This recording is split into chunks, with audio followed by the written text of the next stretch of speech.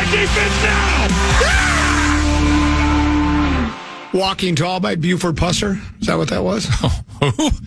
It's the name of a movie back in the 70s. It's called Walking Tall. Some guy, one of those, retribution, revenge movies where the guy was, I think his family was slaughtered or something. I don't remember the exact plot, but then he was going to get them all walking tall. He carried a big club and he just busted heads like people would a watermelon.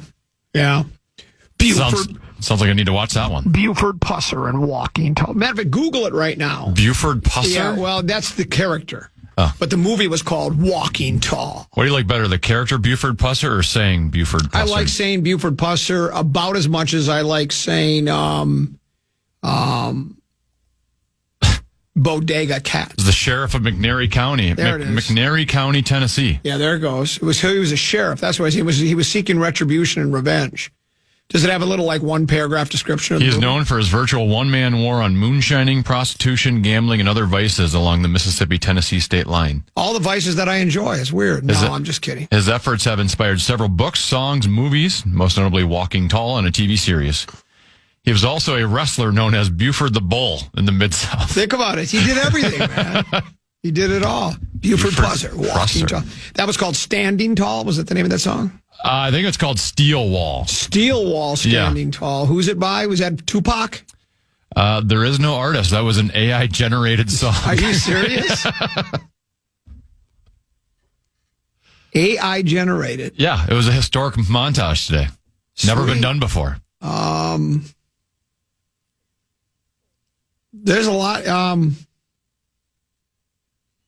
Yeah, we're getting some. You're getting compliments on it. Really? Nonetheless. Yeah. I mean, I thought it'd be a polarizing montage. great montage. No, where is it? God, they come in so quickly once the montage starts. Great montage, Tanner. Welcome back to the spotlight, young man. New jam. All right. Like the game yesterday, that'll put you to sleep, but way to keep it fresh to death, Tanner. So he doesn't really like it, but he likes that it's a change.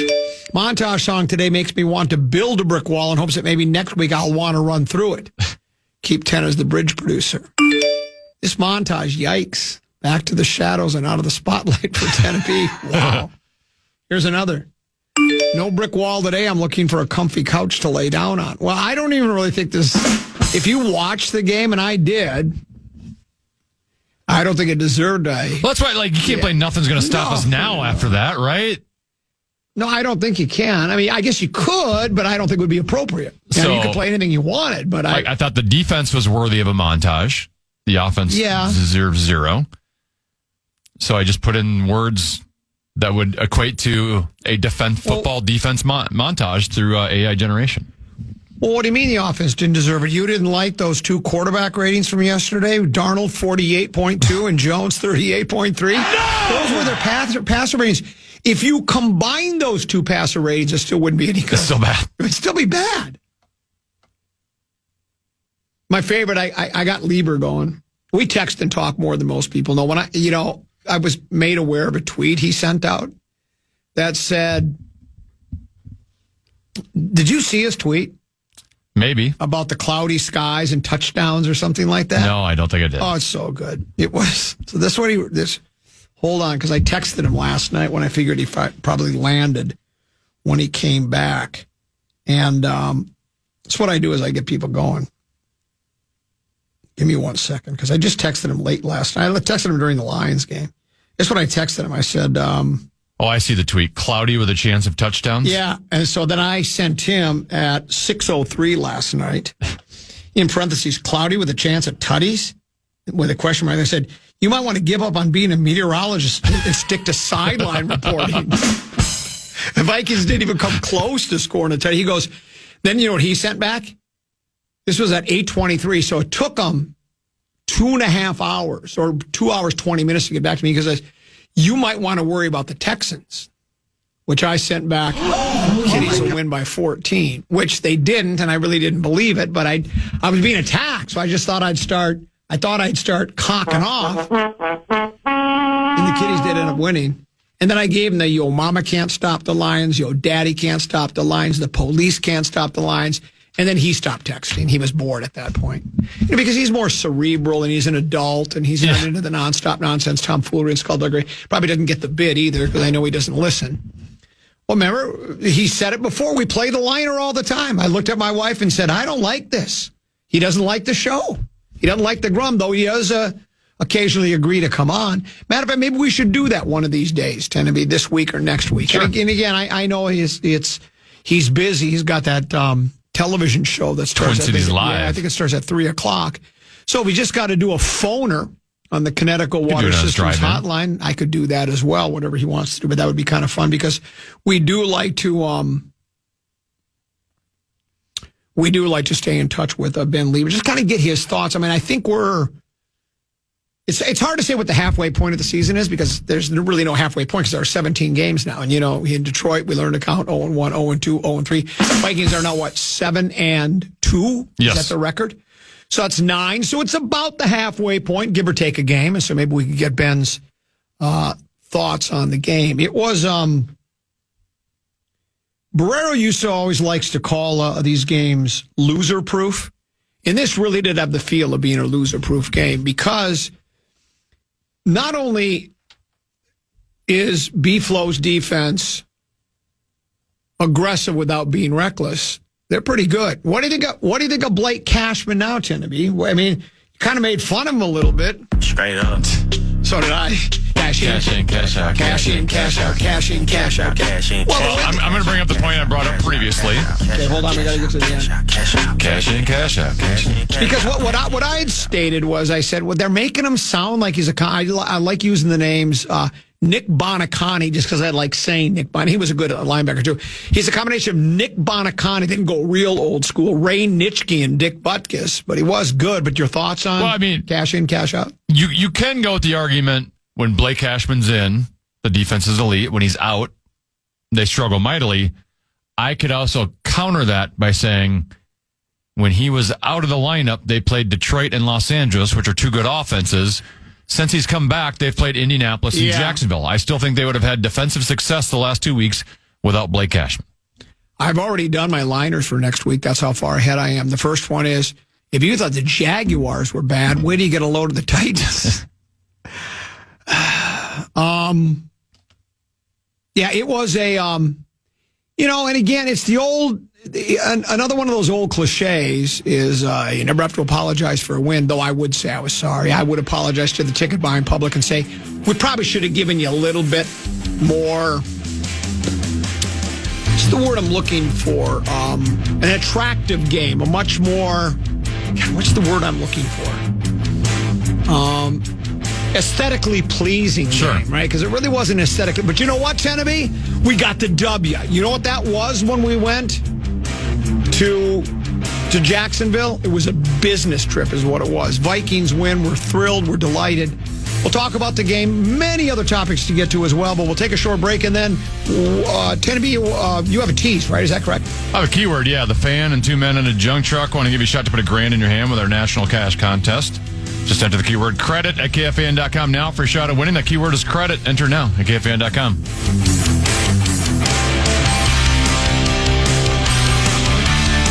The Fan. Metallica and Vomiting Rats. 5-finger death punch coming to Target Center. MMA fans, it's time. Join Max Fuller this Saturday for a UFC 309 watch party at the Ballpark Twin Cities in Blaine. We'll be hanging out starting at 7 p.m. through the main card with tons of prizes, including a big screen TV up for grabs. Plus, great drinks, scratch-made food, and batting cages all available. Get the full details now at KFAN.com. Keyword calendar. The vast majority of reaction to the montage action is all negative, Tenneby. Sorry. Yeah. These are courtesy of the Brad John Bryant KFAN text line 64686. This might be my favorite. Judd in Chicago writes, montage thoughts. I'm a little biased because I believe Starship should follow every win in Dido after every loss. The sarcasm is part of the bit. Winning 12-7 against the Jags would be a cynical use of Starship, and using Dido after even one loss is hilarious. What's the concern over using the same songs, not having enough variety in the program? Are you new here? Creativity is for other shows. On the program, bits are run into the ground. That being said, the montage was creative, but it was okay. Interim label might stay around for a while. Is Tena auditioning for a more creative job? Signed Judd in Chicago. And he makes a good point.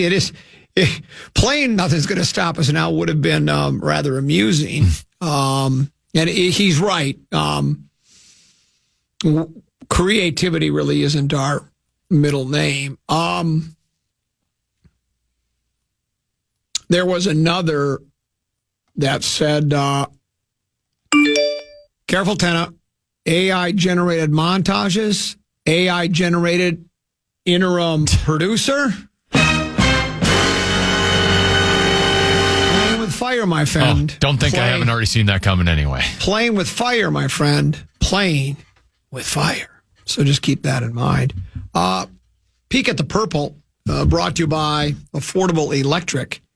They'll give you an upfront, affordable estimate before starting any repair. For 30 years, they provided dependable, honest, 24-hour or same-day service. Visit affordable-electric.com. Affordable Electric, they are shockingly affordable. You look at these team statistics from the game yesterday, Tennessee. It's hard to believe the Vikings only won by 5 points when you see how dominant they were. Total yards, Vikings 402, Jaguars 143. Passing yards, 233 for the Purple, 87 for... That's not good. Mac Jones and the Jacksonville Jaguars. Rushing yards, 169 for the Purple, 56 for the Jaguars. First downs, 28-10. Third down efficiency really wasn't that much different, though. 5 of 14 for the Purple, 5 of 11 for the Jaguars. Jaguars allowed 3 sacks. Purple only 1. Jaguars punted 5 times. Vikings only 2. Jags lost a fumble, tossed 2 interceptions. Meanwhile, as we know, Sam Darnold threw not 1, not 2, not 3 interceptions. Time of possession, Tennessee. There was a stat. I wish I could remember it now. It's like it's the most lopsided. It's the most lopsided time of possession with a team not scoring a touchdown. I think since I still think they had leather helmets. That's how long it's been. It's been a long time. The Vikings had the ball for 42 minutes and 19 seconds.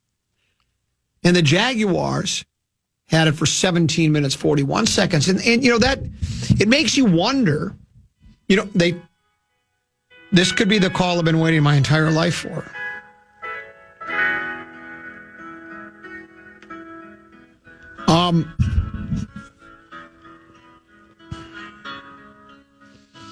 It's an iHeart phone call. Is that your AI-generated interim producer right there? It could be. They could join you? I think it's the AI-generated program director is what it is. I don't know what I've done wrong now. A couple of things especially on the time of possession, Tennessee. I can't believe the Jaguars' defense was as effective as they were. They must have been exhausted, right? Anytime you hear a team's been on the field that long, you're like, well, they can't even play anymore. They're going to have to start giving every player.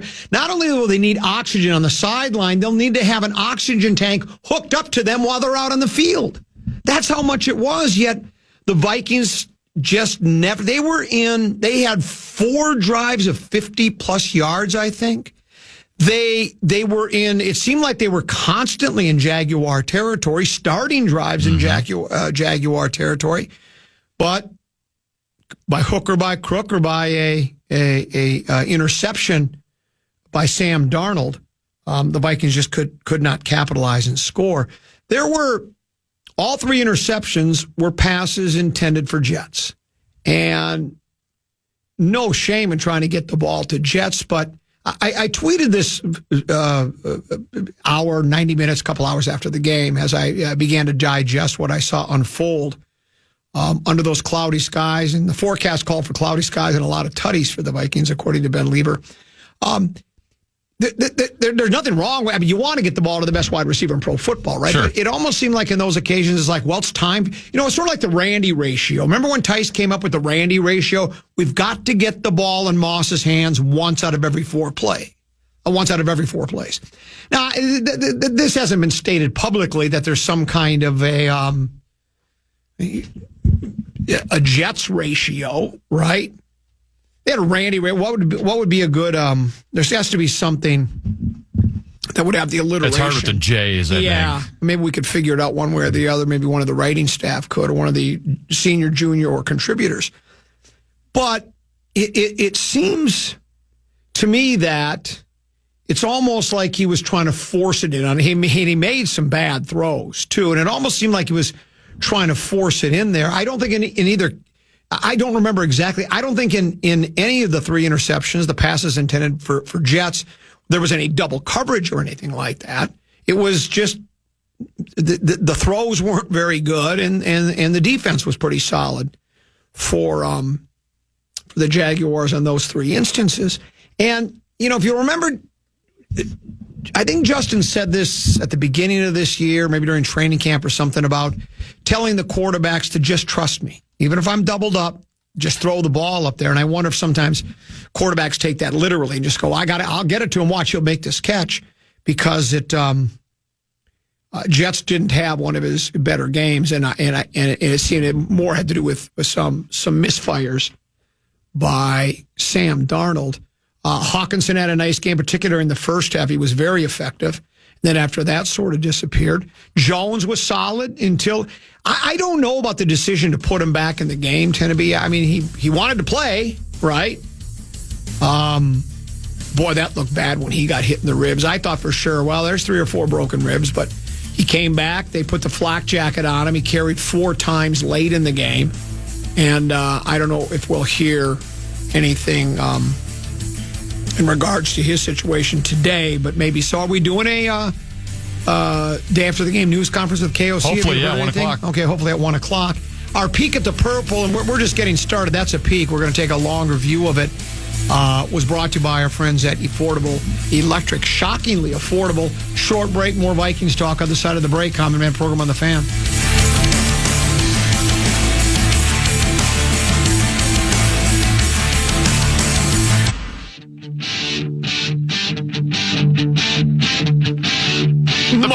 Sorry. The Prep Bowl is more than just a game. It's a celebration of Minnesota high school football. Don't miss the action, excitement, and drama on November 22nd and 23rd. Catch it all live on 45 TV or download the KSTP app on your streaming device, or catch the action in person by heading over to our contest page and registering for your chance to win 2 tickets to the games. That's KFAN.com. Keyword contest to enter. Should be a couple 13-14 pass. Common Man program. No Mark Rosen today. He'll make his triumphant return tomorrow, as always, about 2 o'clock. I'm assuming is there another Gopher bye? Do they get 2 byes in the season? There will not be a PJ Flex show, will there? Do you know? Because I thought I saw there's a bye, or maybe I read it wrong. Maybe I dreamt it. Maybe it was a nightmare. Maybe they got a bye this week. Maybe when I was singing "Save My Life," I'm going down for the last time when the rowboat sunk to the bottom of Rutgers Bay.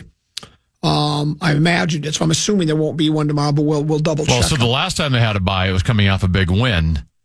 So they did the show with some players. I'm guessing that show is not going to be available tomorrow. Probably not. I don't think they're going to do that anytime soon, but we'll have to wait and see. We'll double check on that. We'd love to have them, though. Yeah, we would. Before the program's over, we're going to give away a pair of tickets, and you're really going to know, not the Wild, not the Vikings, not the Wolves, not the Frost, not the Gophers. Flop, Sweat, and Tears. The tour rolls on. Rockwood's Comedy Club in Otsego. This Friday, there's actually 2 shows. There's an early dinner show, and then there's the After Dark show. Not After Dark Star, I'm just saying the After Dark. They are doing the Gopher show tomorrow with some players. Oh, they are good. So, yeah, they'll be there. Okay, sweet. It's the After Dark show. Here's what Nick wrote. I told Nick, promotions guy, to put it in. Is it called Promo Suite? Yes. Is that what we call it? He wrote it. I gave him a brief description. He wrote, "Don't miss out on a night of hilarious comedy." He obviously hasn't been to a show yet. Don't miss out on a night of hilarious comedy with the Common Man and Meat Socks. Tickets start at I'm not making this up. $26.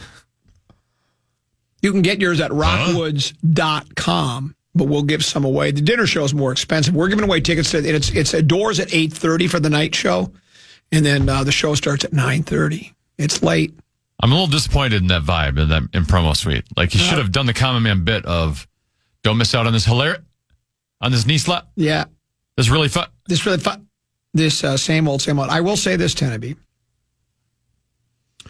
I don't know. Probably the greatest resurrections in history, the two that I can think of, I don't know if there's a Mount Rushmore, would be Jesus. On the third day he rose again, sitteth on the hand of the right hand, God the Father Almighty, and he comes to judge the quick and the dead. Then there was Lazarus, who Jesus rose from the dead. I know the third, it was Meat Sauce's comedy career at River Oaks. He was brilliant.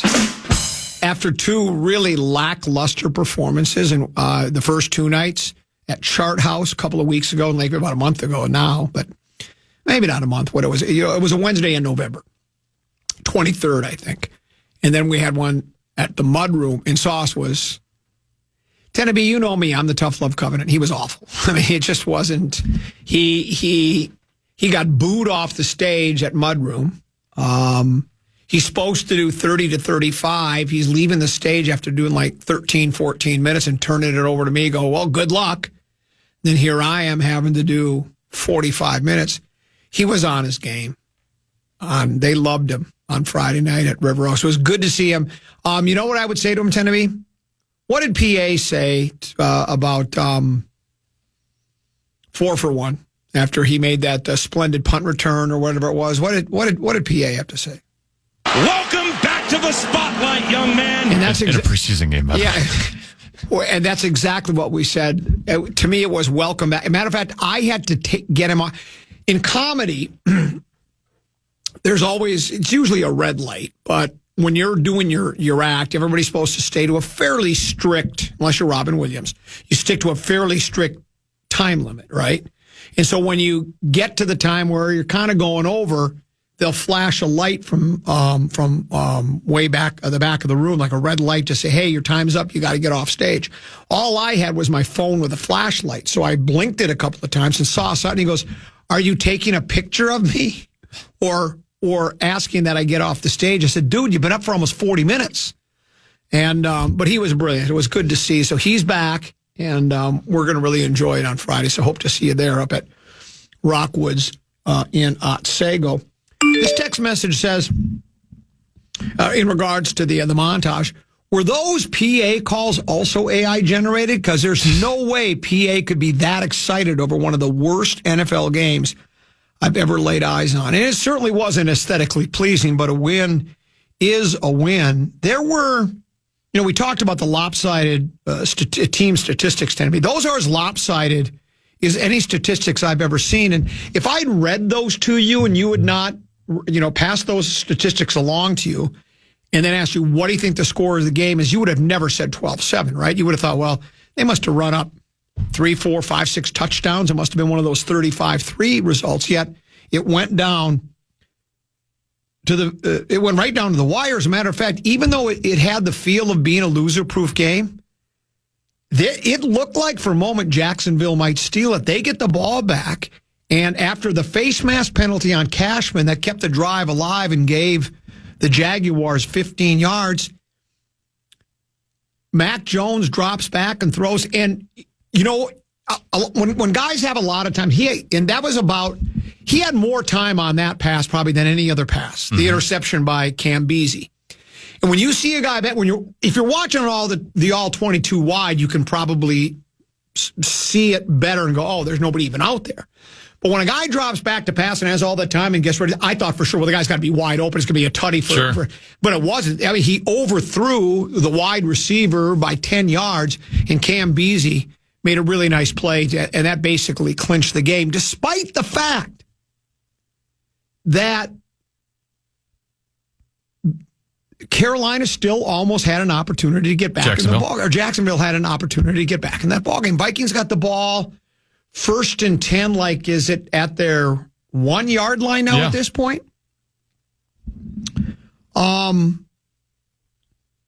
Vikings are going to try to run the ball, of course. They run it a couple times, and I think they use timeouts. I don't remember. I do know this. They stop him on 3rd and whatever it was 4. It was going to be 4th and 1. And Trayvon Walker, what got into him? Did you see him? Like, he went berserk. He's trying to punch the ball out, and they've blown the whistle. The play's over, and he keeps hacking at the ball. And then, did you hear his explanation afterwards? Well, they said I was being too aggressive. I can't believe they flag you for being too aggressive on a football field. Dude. I mean, the Vikings would have punted. There's no way they're going to go for it at that point. They're going to punt the ball. And Jacksonville's probably going to get it in fairly good shape with still well over a minute to go in the ball game. Now, I tweeted this yesterday. I think you could have given the ball to Jacksonville inside the 5-yard line and just fielded 9 players on defense, and Jacksonville couldn't score on the Vikings. But that gave them the 15-yard penalty, gave them the automatic first down, and then it was victory formation. And trust me, I don't feel like Jacksonville would have been able to get the punt and then drive down the field and score the winning tutty. But that's just such an egregious mistake, and that's a lot of these football players. They don't think, man. They don't think before they act, and that was a terrible mistake on their part. The other one was, what did you think, Teneby, of when KOC tried to get kind of cute? Just so you know, it would have been less than a minute. The penalty was called at a minute, but they would have taken down the play clock, so it would have been all right, 20-ish seconds. It's still not a very throwing a Hail Mary, but yes, you're right. It's still not a very smart pass or play, and you might not even need a Hail Mary because if the punt return is okay, you might just need 20, 24. Well, yeah, you're right. A field goal wouldn't have done him any good. But it wasn't a very smart play on Trayvon Walker's part. There was the 3rd down play previous to that where the Vikings, I think it was after a turnover, they got the ball, and there's 3 minutes to go in the game, in which Jones is back in the ball game. He gets a couple of carries. It's 3rd and 1 for the Vikings. First down probably wraps it up. And the Vikings were up 5. The Jaguars had 2 timeouts. There were 2 minutes, 53 seconds to go in the ballgame. Minnesota had 3rd and 1 on the Jacksonville 38 after A. Jones had 2 carries for a grand total of 9 yards. O'Connell decided to have Sammy Darnold, I'm reading from Fish Wrap Factory West Side, decided to have Sam Darnold drop back rather than running for a 3rd straight play. Speaking of the aforementioned Trayvon Walker, he got the Jaguars' only sack of the day, forcing the Vikings to punt after an 8-yard loss. I think that's one of those trying to get too cute. And did you hear the explanation from KOC afterwards? A lot of that coach speak gobbledygook. Here's what he said. In their 4-minute defense, they were starting to really load up the front there. We just didn't get great execution on the play. We had that guy go inside of the right, inside of the tight end, where we really should have a full turn where we can cut that guy's legs down, simulate guys firing off, and try to get an easy one. I was thinking you could feel a little of the desperation starting to show up from a standpoint of committing defenders to the line of scrimmage, didn't want to take a sack. I think the line protected pretty well for the most part, but if we're going to get single high safety coverage or even no safety back there, I wanted to see if we could pop one there for even a walk-off, but they were able to get immediate pressure and execute a little better. That was a terrible decision, I think. I mean, and I'm all for tricking people, making a throw when they're not expecting it. But at that point, just pick up another first down, get to the 2-minute warning. They've got to use a couple of their timeouts. And you probably end the game because at that point, I think a field goal would have made it a 2-score game, 12-7. 15-7. Yeah, it would have been 15-7. So it would have been, a tutty and a 2-point conversion. But I thought that was getting a little too cute for my liking. I thought he got a little too cute as well when they were down 7-6 and they were moving the ball with ease. And it was, first and 10 from the 14, and they tried to do like that double reverse to Jalen Naylor, which is the deepest into your backfield. Like, if you're going to do it that deep into your backfield, you have to fool them beyond fooling them. Yes, correct. Because even if you fool them initially, they have so much time to recover, and they were moving the ball with ease, just playing simple football, and then they tried doing that, and now you're stuck 2nd and 17. That's exactly right, and that ended up being, again, at the end of the day, I know your kicker ended up hitting all 4 field goals, but your kicker and your long snapper had just started this week. The kicker's never kicked in the National Football League game. Let's just keep doing what got you to the 14-yard line, and let's try to punch it in for a touchdown. We don't need to try to get razzle-dazzle. I'm completely on board on that with you. Here's what else I'll say too, Tenneby. I'm about to say something controversial. That's interesting. I think John Parker Romo is going to be the greatest kicker in Vikings history. Oh my gosh! You are above average at that. As a National Football League player and a Minnesota Viking, what is his regular season kicking percentage? It's 4 for 4, 100%. He's 100%. He can't miss. By the way, he wants to go as Parker Romo. Oh, does he? Yeah. So we got to just call him Parker Romo, and you can't say John. He made that clear. Well, that's what PA said on the broadcast yesterday. Okay. Wants to go as Parker Romo rather than John Parker Romo. Yeah. How about JP Romo? Would he be all right with JP. that? JP. Well, we'll call him whatever he wants. Oh, did you see where? Did you see Bodega Cat does not like being called meow? Even after he told me, he said, "Yeah, I don't like that." And I said, "You want me to stop calling that?" He goes, "You know whatever you want." Did you see the story? Bodega Cat. It was in. Here, let me find it before I save the story as well. Bodega Cat is what we like to call him.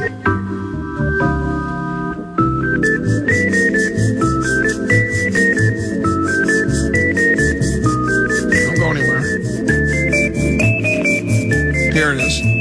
So, it's an athletic story. You know what the Athletic is? What's the Athletic? Athletic is a online newspaper magazine. Is related to sports. Whole story is by James L. Edwards III. This was published yesterday. Knicks' Karl Anthony Towns is unapologetically New York. Since he's arrived, the New York-centric nicknames the Big Bodega and Bodega Cat have been tossed around as possible alternative nick monikers to his typical cat, and he's fine with either. Towns said, "I'll let the people decide."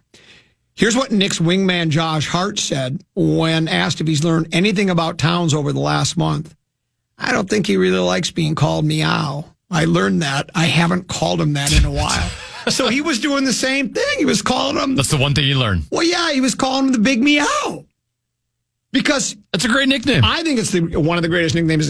My favorite nickname of all time is Bobby Boogaloo Watts, and my second one is Big Meow. And I can't believe he doesn't like it.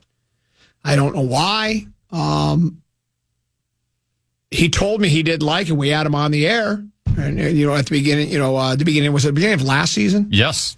And he said, "I don't really like it." And I said, "You want me to stop calling it?" Because you call it whatever you want. I don't care. It didn't bother him. But Big Bodega is the nickname. Big Bodega. And, of course, the bodega, those are like grocery stores in little wine shops in New York City, and they all have cats inside them that kind of chase rats away and eat mice, and they're called Bodega Cats. So that's how he got the nickname. Cats and wine seem to fit him. Yeah, exactly, and cats and wine. And so that's why they decided to call him Bodega Cat, and it sounds like maybe he likes it. I mean, he says he'll let the people decide what his nickname's going to be, but he's embracing New York because he's family's from that area, and he's all in on that. So it's pretty good for him. With the Vikings tend to be. Do you have? I've read this in a couple of different places. I'm not paying as close attention to Sam Darnold's career as I once did, but that in each of his stops previously, save San Francisco because he never played there, but with his initial beginning in the end, it started with the Jets and then it was with Carolina, right? And in each case, from what I've been able to gather, is that he gets off to a nice start in in both places, but then as the games wear on a little bit, he becomes less effective and less effective and less effective. And that sort of seems like what's happened here. He was NFC Offensive Player of the Month in the month of September. He was brilliant. He really was. I mean, I don't even think that's a stretch. You might say that's hyperbole, as the kids would say, but he was really, really good. Now, they're 7-2, so it's hard to argue. That's where it's kind of a conundrum a little bit. You're certainly not going to bench him. The coach said it. I mean, he was asked, after the game, was there ever any consideration to bench Sam Darnold? And he basically said absolutely not. Now, part of that might be he doesn't have much of a choice. There's not much else to go to there. I was going to say, Nick Mullins last year is basically what you saw from Sam Darnold yesterday. Yeah, the last couple of games, actually, because those...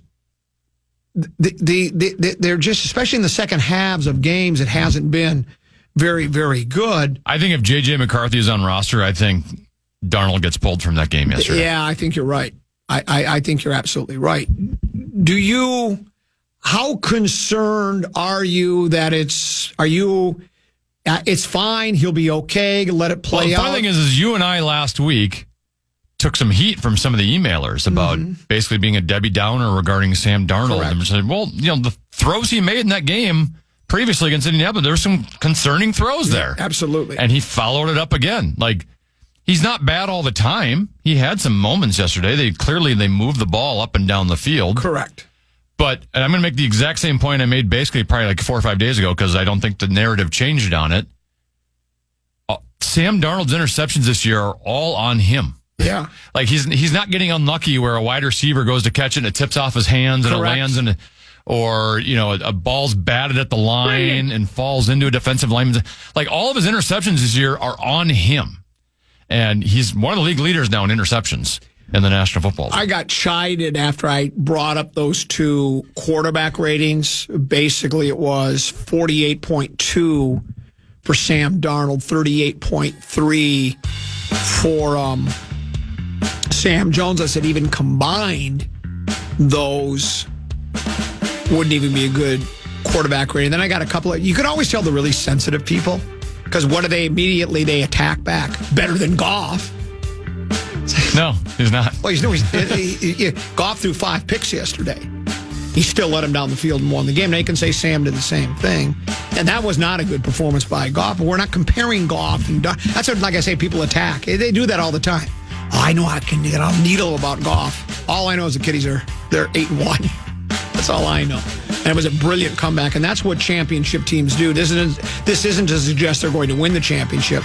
But when you're down to a pretty good football team on the road in December, and you can come back and win a game. I mean, they were down 23-7 at the half, and they shut the Texans out in the second half and won the game with a long couple of field goals.